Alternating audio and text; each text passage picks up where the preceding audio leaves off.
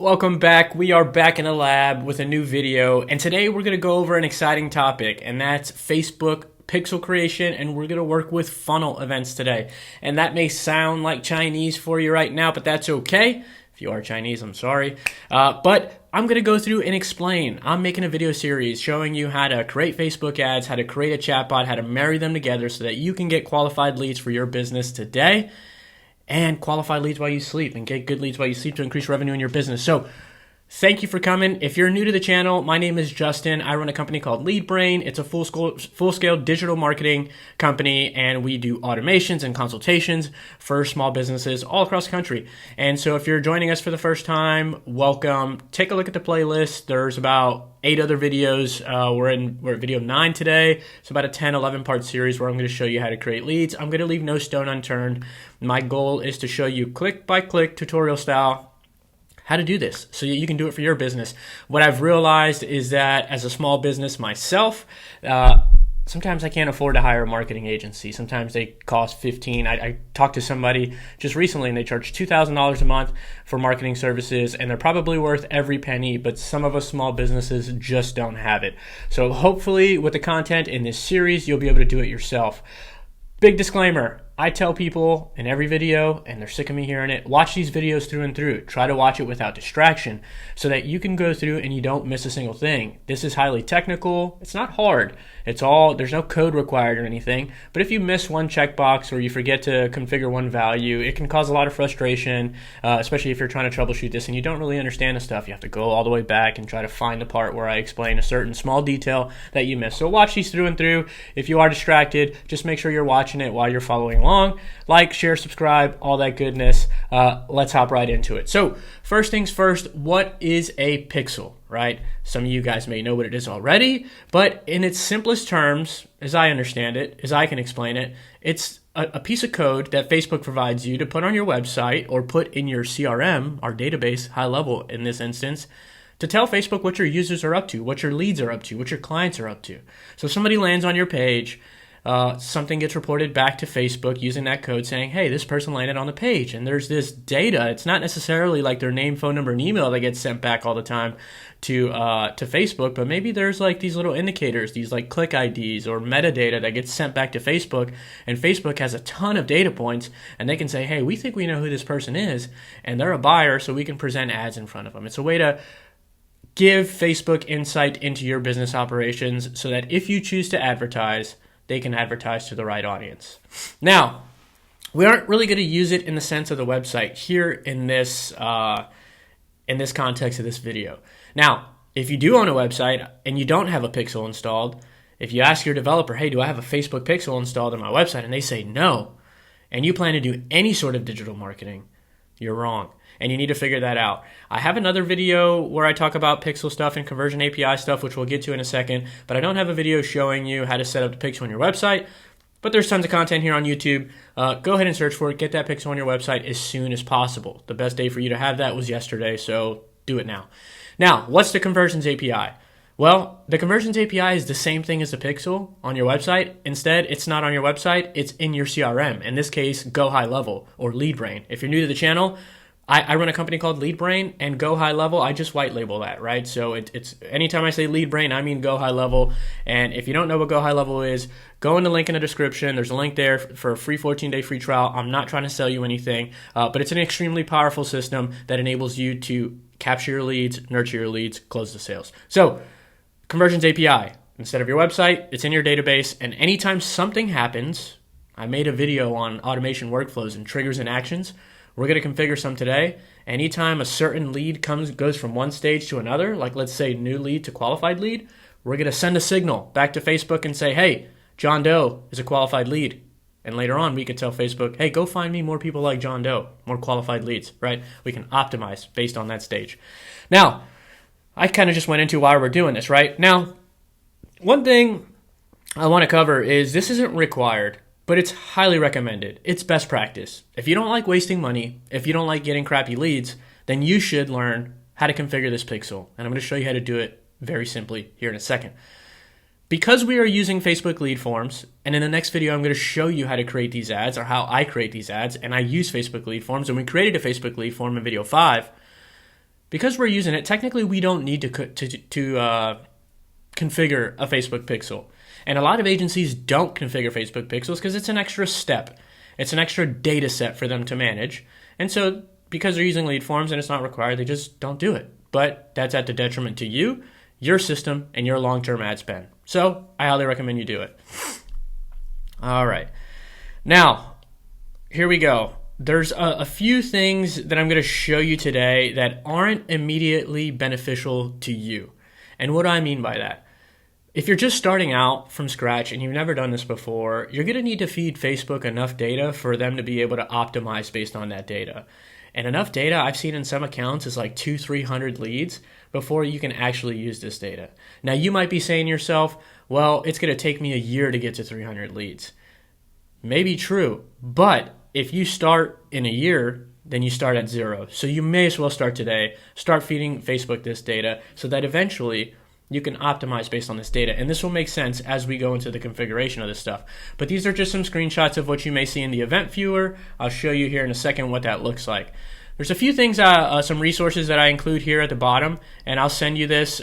There's a link in the description for all the handouts for this entire series. So I try to keep it up to date. As soon as I upload a video, I update the email with the video link and all the handouts. So if you go down and fill out that form, it's free. I don't have some crazy marketing campaign. I won't spam you. I'll just send you this stuff. It's easier for me to send it to you this way than like servicing onesie twosie. So I have a few resources down here that are pretty good reads, pretty dry reads, but they mention stuff about data freshness, and one part in particular I want to sort of highlight is this redundant setup, because some people may be asking, well, if I'm running a lead form, doesn't Facebook already count a lead as a lead whenever they fill out the lead form without the pixel? That's why the pixel's not required, right? Yeah, that's true. But Facebook also loses the insight once it goes offline, once it goes into your CRM. And so we're going to send not redundant information, but more information. So we're not going to necessarily fire the pixel when the lead comes in, even though we could, because it says right here that the redundant setup is the recommended setup. And so long as the event ID and the event name is the same, then it's just going to deduplicate it, meaning it's going to notice there's a duplicate and it's going to remove the other one. Now, that happens automatically. You don't have to worry about event ID and event name. GoHighLevel has already configured their workflow action to automatically contain these fields, and they match based on the input that comes in, the triggers, so the Facebook lead form being filled out. So you don't have to worry about this. I just wanted to highlight that the redundant setup is actually the recommended setup, and I didn't know this until I read this resource, so I include that in the handout. Another thing I include, man, GoHighLevel is great, but for some reason this topic gets so much confusion surrounding it. And it's because, as you can see here on the right hand side, there's a few different pages and resources for you to review, and they're all like really long and really convoluted, and they're made by people who don't really understand it and people who don't work for HighLevel. So it gets really confusing really fast. So I'm going to go ahead and include these resources in the handout, but I'm also going to try to simplify it for you and how we do it and how we're successful. So first things first, let's come here and create the pixel. Now, if you remember in video 5, I believe, before we created our Facebook lead form, we created a business page and we used something called the Meta Business Suite. And I have our Meta Business Suite up and running right here. But if you remember, if you don't have this, go to video 5 and watch that video. I show you exactly how to set this up, exactly how to create your page and get to this interface. But here we are in our Meta Business Suite. And if you're not on this, if you're like at the home page here, all you need to do here is come to Settings on the left-hand side and go to Data Sources and click on Data Sets. It used to be called a pixel, and it's confusing because there's a section that's named pixel here, but trust me, that's not what you want. Now, in datasets, let's go ahead and add a new dataset, and we are going to name it Vets Wash Houses. That's the name of our fictitious company that we're creating. And sometimes this takes a second to create, especially if it's the first time. Let's go ahead and refresh that. It said it was created. And really important, once it's created, you see it here, I need you to click on it. And then if you go to connected assets, we're going to connect our ad account, which probably isn't created yet. Awesome. I'm going to actually include that in the next video when we create the ads, because we haven't created our ad account yet. But if you already do have an ad account and you don't have a pixel, it's important that you connect this asset and the asset is the ad account. So that way that pixel can be used inside the ad account. And in the next video, I'm going to show you where this pixel comes into play for the ads. But for now, this is what we have. And we can come in here and click on these three dots and open an events manager. And sometimes it freezes. So I'm going to go ahead and open it here. If you type in Google Events Manager, you'll be able to find it. Facebook Events Manager, it'll be in there. So let's come in here. And it's probably not populated yet, so let's give it a good refresh. Sometimes it takes a minute for this stuff to populate. Here we go. Demo portfolio. It's loading. There we go. All right.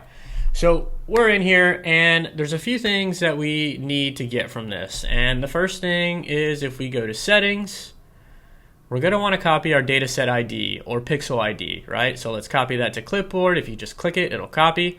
And I am going to go ahead and come into my HighLevel account, go to settings, go to custom values. In video 3, we went through and created some custom values. If you don't know what a custom value is, go back and watch video 3. But we went through and created this so that we can use these variables later, and it makes it easier for us to change things. So in here, I have a custom value called pixel ID, and I left that blank. So I'm going to go ahead and edit that custom value, and I'm going to now paste my pixel ID in there. And while that's updating, there's one more thing we need. If you scroll down, it's easy to miss it. But there's this little link under Setup Direct Integration in the Conversion API section that says Generate Access Token. We're going to go ahead and generate that. It takes a few seconds to generate. Okay, maybe more than a few seconds. Any day now. There it is. Once it's generated, copy to clipboard. Come into your GoHighLevel account and custom values. And I have this value named Cappy for Conversions API. And I placed a key in there. So at this point, we've created our data set, we've created our pixel, we've got the pixel ID, and we've got the API key, which enables us to have HighLevel talk to Facebook. The majority of the work is done, honestly, at this point. So we created that, we opened it in Event Manager, we got the event ID, we got the API key. This is going to be a quick video. Awesome. Now, configure custom values. We even did that. Next thing we're going to do is we're going to configure automations workflows for our funnel. Now, what do I mean by our funnel or our pipeline, right? In the last video, or one of the last videos, I covered a sales pipeline.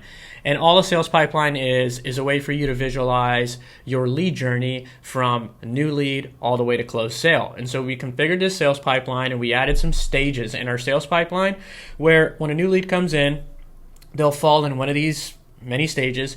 And what I want to do is anytime a new lead comes from, and this is just an example, goes from new lead to qualified lead, I want to send a message, a signal back to Facebook saying, hey, that was a qualified lead. And then I also want to send a message back to Facebook whenever we set an estimate for that lead. And then finally, I want to send a signal back to Facebook telling them when we closed the deal. Why do I want to do that? Well, the more data, the better. And realistically, I could add a signal for every single stage, but I really only care about these three stages because let's say in the future, I want to optimize my ads. I want to optimize the kind of leads I want based on one of these factors. I could tell Facebook, hey, optimize my campaign based on people who have estimates set. So go find me more people who are more likely to set estimates if I wanted more estimates. Or you can even say go find me more people who are more likely to purchase my product. So optimize based on closed sales. So let's go into automations. I like to keep things organized, so I create a folder called Pipeline Changes. And in here, we're going to create a new workflow, create it from scratch. And we're going to name this Pipeline Qualified Lead. The trigger is going to be Pipeline Stage Changed. And I like to name stuff Qualified Lead. And we are going to go here and say in pipeline sales, because that's the name of our pipeline. and then pipeline stage, qualified lead. So now anytime a lead comes into this stage of the pipeline, something's going to happen.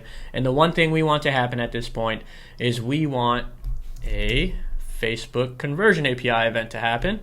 And we're going to call this qualified lead. And we're going to say that this is a lead event.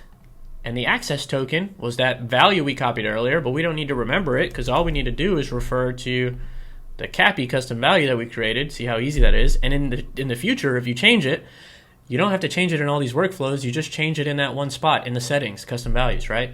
Now you come in here to Pixel ID, and we're going to search for Pixel ID. Awesome. And then the stage name, we're actually going to use the opportunity stage name, which is qualified lead or qualified. I forget what it is. Save that, and we will publish. Awesome. That's done. Now we need to do 2 more. But I'm going to show you a little trick. I don't think I showed you this before. We can duplicate this so we don't have to do most of the work again. So let's duplicate this. Let's name it appropriately. This one's going to be for estimate set. Create. Let's hop in there. All we need to do is modify the trigger. Estimate set. Modify this stage.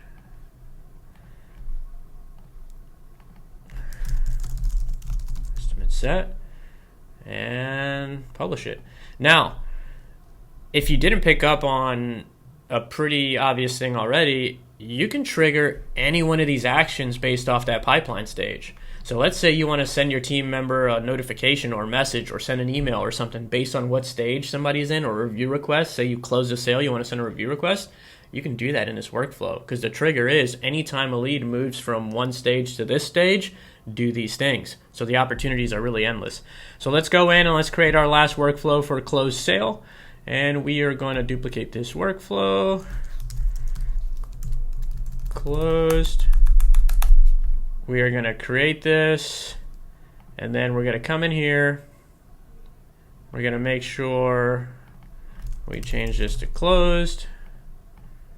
We're going to set that to closed, the pipeline stage, and closed, publish it, and save.